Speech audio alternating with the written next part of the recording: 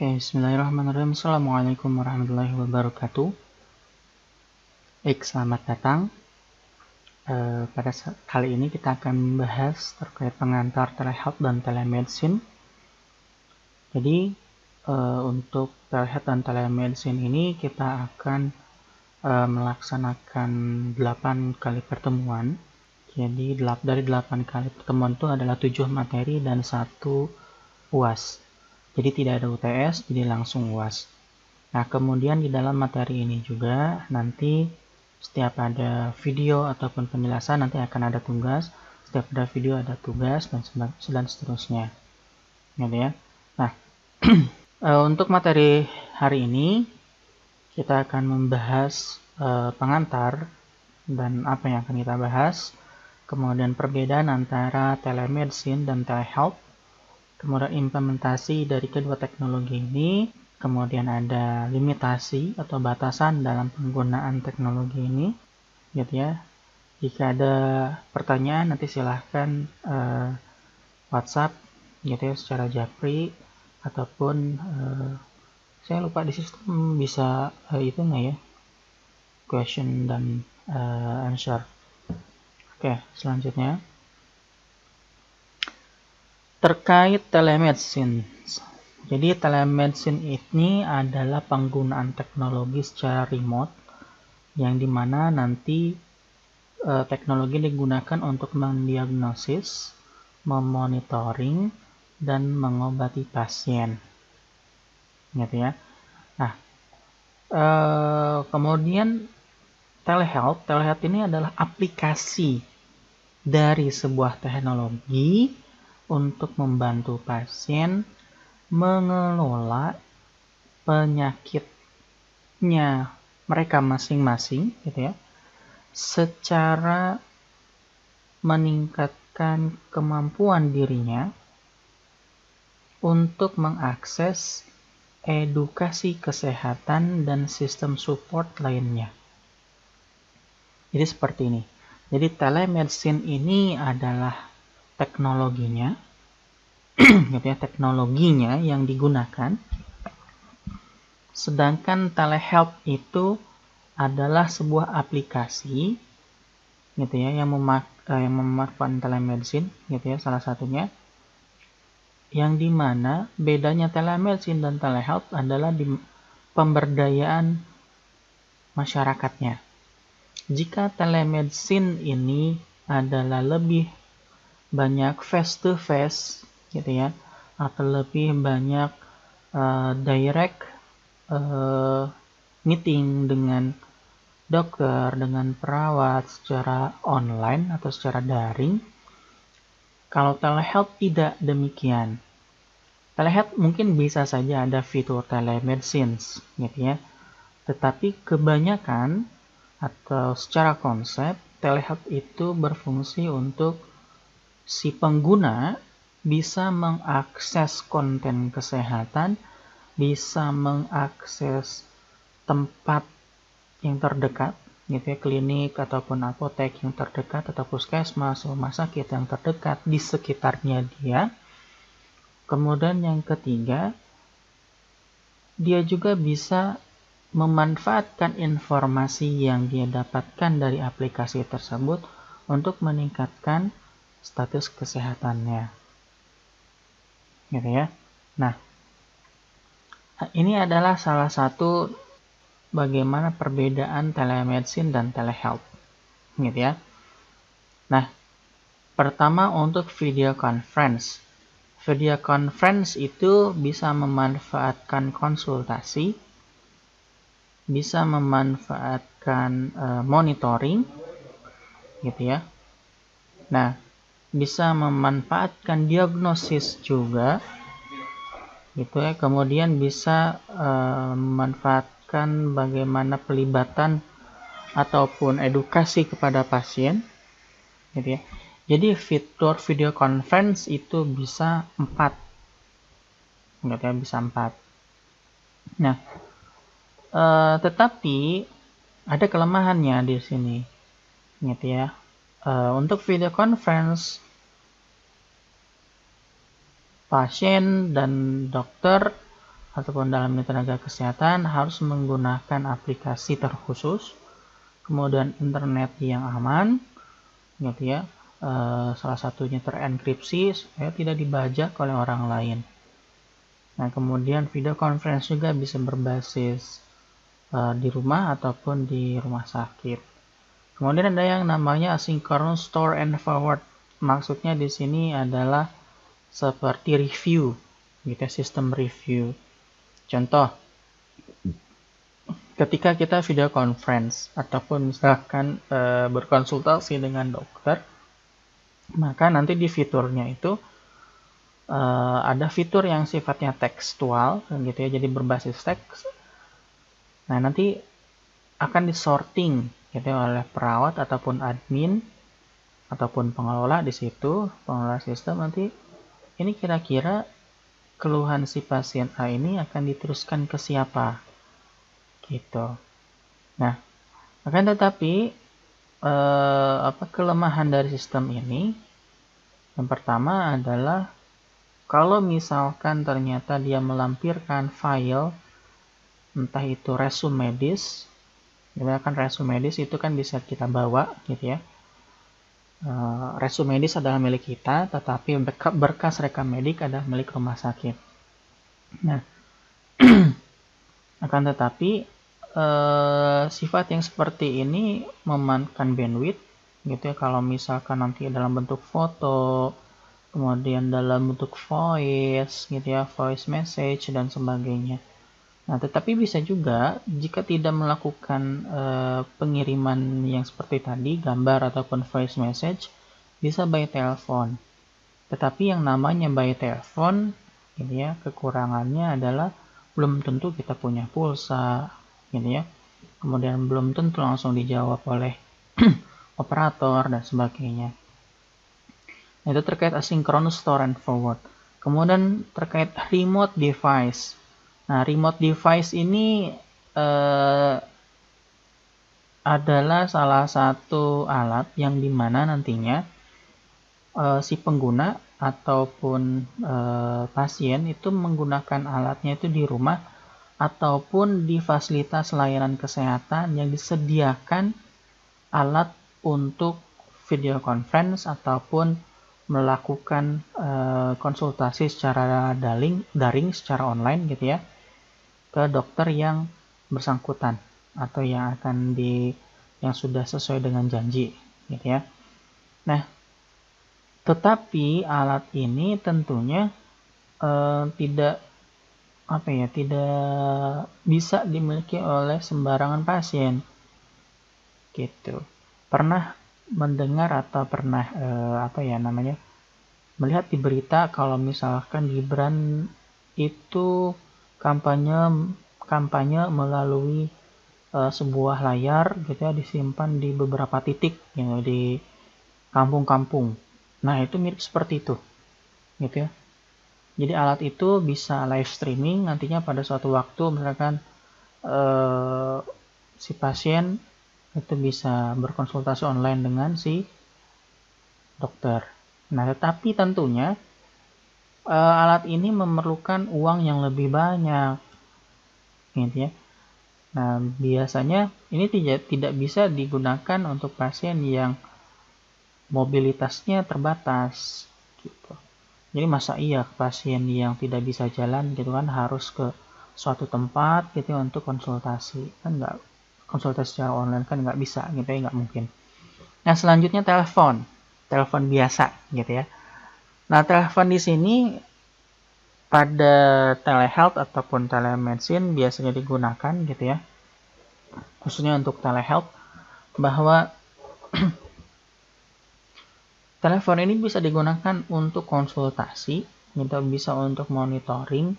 Contoh misalkan si A, pasien A menderita keluhan gitu ya, kemudian ke dokter, dok saya memiliki keluhan ini, gimana ya dok, apa obatnya atau apa yang harus saya lakukan dok. Nah, itu kan biasa seperti itu ya, yang sifat keluhan yang sifatnya verbal, gitu ya, yang bisa disampaikan dengan verbal, itu biasanya bisa digunakan melalui telepon.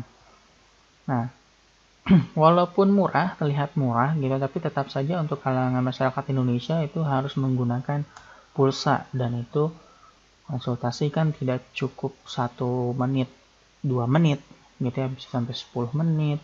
Bayangkan kalau misalkan itu lintas operator gitu ya. Nah, cuman hambatannya kalau by telepon juga, yaitu kita tidak bisa memilih mana yang gawat darurat, mana yang tidak, karena tidak ada image, kita tidak ada gambar tangkapan layar yang bisa digunakan oleh dokter untuk mendiagnosis ataupun memonitoring.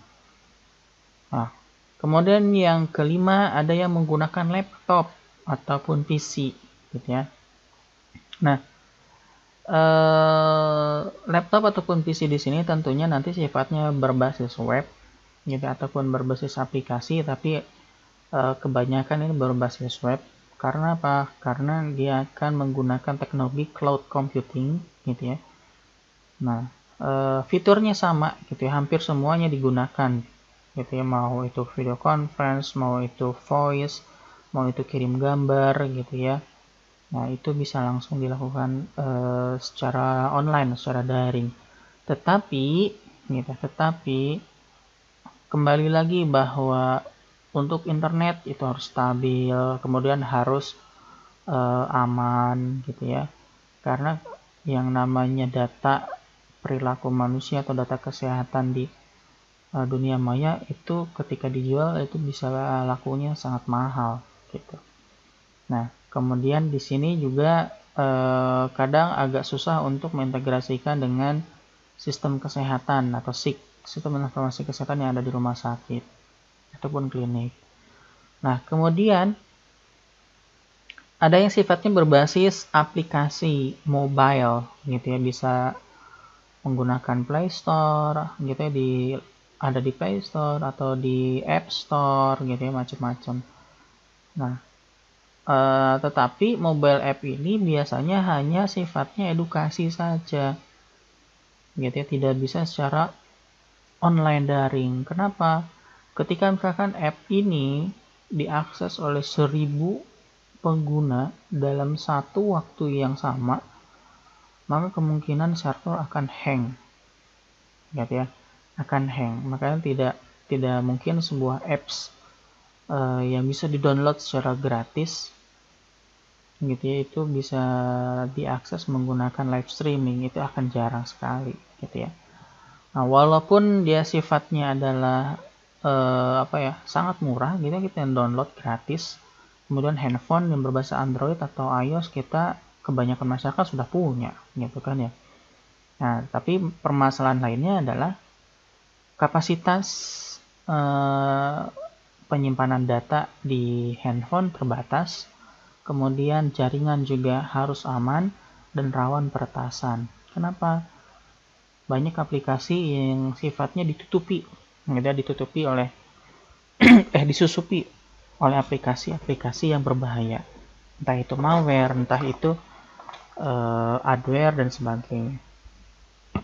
Ini ada salah satu kenapa kita harus sudah memulai untuk telehealth gitu ya. Di Amerika sendiri telehealth ini sudah digunakan gitu ya, pada tahun 2010. Bukan pada tahun 2010 ya, penggunaannya sebelum itu, tetapi peningkatan jumlah penggunanya mulai dari 2010 gitu. Nah, kenapa demikian populer? Karena pertama gini, akses konsultasi ataupun akses konsultasi online gitu ya, secara daring ini lebih memudahkan mereka karena sebagian besar dan hampir seluruhnya jaringan data yang ada di Amerika Serikat itu bagus, murah gitu ya, bisa dilakukan oleh handphone ataupun lewat komputer atau PC atau laptop gitu kan. Nah, kemudian fiturnya juga sudah kaya. Kemudian kalau misalkan memakai GPS itu lebih akurat gitu ya. Jadi kalau misalkan kita mau nyari fasilitas pelayanan kesehatan yang terdekat dengan kita, gitu ya, kira-kira di mana. Nah, kadang kalau misalkan kita melihat GPS di Indonesia, kadang ada yang informasi nggak valid, gitu. Tapi kalau di Amerika Serikat itu selalu diupdate, gitu ya. Nah, kemudian enaknya lagi adalah berbasis touchscreen, jadi tidak ada tombol-tombolan, jadi semuanya berbasis touchscreen sehingga kebutuhan kesehatan pada saat itu, populasi di Amerika membutuhkan kesehatan yang semakin banyak, tetapi fasilitas pelayanan kesehatan itu segitu-gitu aja, tidak bertambah, maka mau tidak mau harus ada terobosan atau strategi. Salah satunya adalah telehealth. Sehingga pada tahun 2010, gitu ya, itu dari 2009 ke 2010, 2011 itu melonjak tajam, gitu ya. Nah, bisa dilihat pada tahun 2005 itu sudah mulai itu telehealth, gitu ya. Telehealth itu lebih mulai banyak digunakan. Pertama digunakan, kemudian tahun 2006, 2007 sampai 2011 itu meningkat tajam, gitu. Nah, akhirnya apa? Akhirnya pembiayaan kesehatan yang harusnya itu dibayarkan ke dokter ataupun ke pelayanan kesehatan yaitu tidak terlalu banyak, gitu. Tetapi pembayaran untuk telehealth ini akan menjadi lebih banyak. Tapi secara fisiknya tidak terlalu banyak. Nah, ini salah satunya penggunaan telehealth gitu ya, berbasis iOS aplikasi, kemudian bisa berbasis di laptop, bisa mendiagnosis diabetes gitu ya, kemudian penyakit jantung, hipertensi dan sebagainya, tapi dengan metode masing-masing gitu ya. Contoh kalau misalkan diabetes gitu ya, diabetes itu harus ada pertanyaan dengan kuesioner, hipertensi juga sama gitu ya, PTSD, bipolar, demensia, kemudian depression, schizophren, itu ada kuesioner-kuesioner yang sifatnya valid, bisa mendeteksi secara dini gitu. Sehingga siapapun orang yang mau mengecek status kesehatannya dia secara mandiri, itu bisa dilakukan secara mandiri, gitu ya. Kemudian bisa melakukan daily monitoring, gitu ya, monitoring sehari-harinya seperti apa, mudah digunakan di mana saja, kapanpun, gitu ya, itu bisa dilakukan. Kemudian kalau ada warning, gitu ya, sistem monitoringnya dari satu pasien ini, wah ternyata perkembangan kesehatannya itu menurun. Nah, ini harus ada warning, kemudian nanti akan ada telepon, gitu. Kan ada telepon. Nah, telehealth versus face to face, gitu ya. Nah, walaupun si Cochrane ini mereview tahun 2010, gitu ya, bahwa telehealth itu katanya benefitnya atau manfaatnya itu kurang, gitu ya, kurang atau misalkan tidak ditemukan sebuah bukti bahwa telehealth itu bisa meningkatkan status kesehatan masyarakat. Nah, kemudian secara pembiayaan, gitu ya, cost efektif, apakah biaya yang dikeluarkan oleh seseorang untuk membayar pelayanan kesehatan itu sudah sesuai, gitu ya, dengan keluhan penyakitnya, gitu ya. Nah, itu belum jelas, gitu, secara cost effectiveness. Tetapi pasien kebanyakan adalah puas, gitu. Kebanyakan pasien puas. Karena apa? Karena nggak perlu susah-susah datang ke klinik ngantri, gitu kan ya. Kemudian belum lagi kalau lagi ada pandemi itu harus benar-benar kewaspadaannya tingkat tinggi dan sebagainya, gitu ya. Nah, bagaimana di Indonesia? Nah, teman-teman mungkin tahu gitu ya, aplikasi yang ada di layar teman-teman. Ada Halodoc, Dokter gitu ya, Health Calculator, Godok, Healthpal, Klik Dokter dan sebagainya, gitu ya. Ini adalah salah satu bentuk telehealth, gitu ya. Telehealth. Kenapa telehealth? Karena saat ini inilah yang bisa dilakukan, gitu ya, oleh para pengembang untuk menyehatkan kesehatan masyarakat secara umum, gitu. Karena melalui pendidikan, melalui informasi, melalui alur transmisi data, gitu ya, dari penyedia kesehatan kemudian ke pasien, itu bisa dilakukan secara terus-menerus, secara konstan melalui telehealth. Berbeda dengan telemedicine. Kalau telemedicine itu sifatnya adalah personal, gitu ya, artinya yang tahu status kesehatan saya adalah dokter, kemudian yang bisa ngomong secara langsung ya dengan dokter saya, gitu. Tapi kalau untuk telehealth itu siapa saja bisa berkonsultasi, tetapi tidak bisa face to face, gitu. Jadi kerahasiaannya mungkin lebih lebih terbuka dibandingkan dengan telemedicine. Tetapi itu tantangan tersendiri bagi kita nantinya di dalam mengembangkan telehealth dan telemedicine. Nah, bagaimana di Indonesia, gitu ya? Nah, di Indonesia ini ada keterbatasan, gitu ya, secara edukasi, bahwa masyarakat Indonesia itu masih belum baik, gitu ya, secara pendidikannya, belum melek teknologi, sehingga seperti apa saya harus menggunakan teknologi itu. Bahkan kebanyakan masyarakat Indonesia itu lebih banyak tersulut oleh hoax-hoax, gitu ya, atau mitos-mitos, sehingga telehealth ini jarang digunakan. Kemudian secara cost, gitu ya, secara biaya ini dibebankan kepada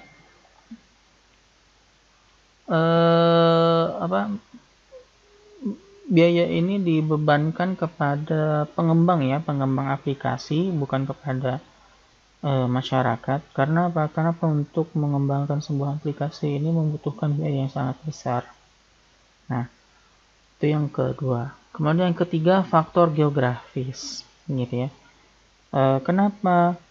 Karena hanya masyarakat yang di bagian perkotaan saja yang kebanyakan bisa mengakses, sedangkan di desa itu jarang bisa akses, gitu ya. Kemudian secara infrastruktur juga, gitu ya, ada ketidakadilan. Untuk infrastruktur di kota mungkin lebih bagus dibandingkan mereka yang ada di pinggiran atau di desa-desa atau di kampung-kampung, gitu ya. Sehingga penggunaan telehealth di Indonesia ini masih belum merata dan masih belum booming dibandingkan negara-negara lain. Jangankan telehealth, telemedicine saja belum sama sekali, gitu ya, dilakukan di Indonesia. Nah, baik, itu saja yang dapat saya sampaikan. Semoga bermanfaat. Assalamualaikum warahmatullahi wabarakatuh.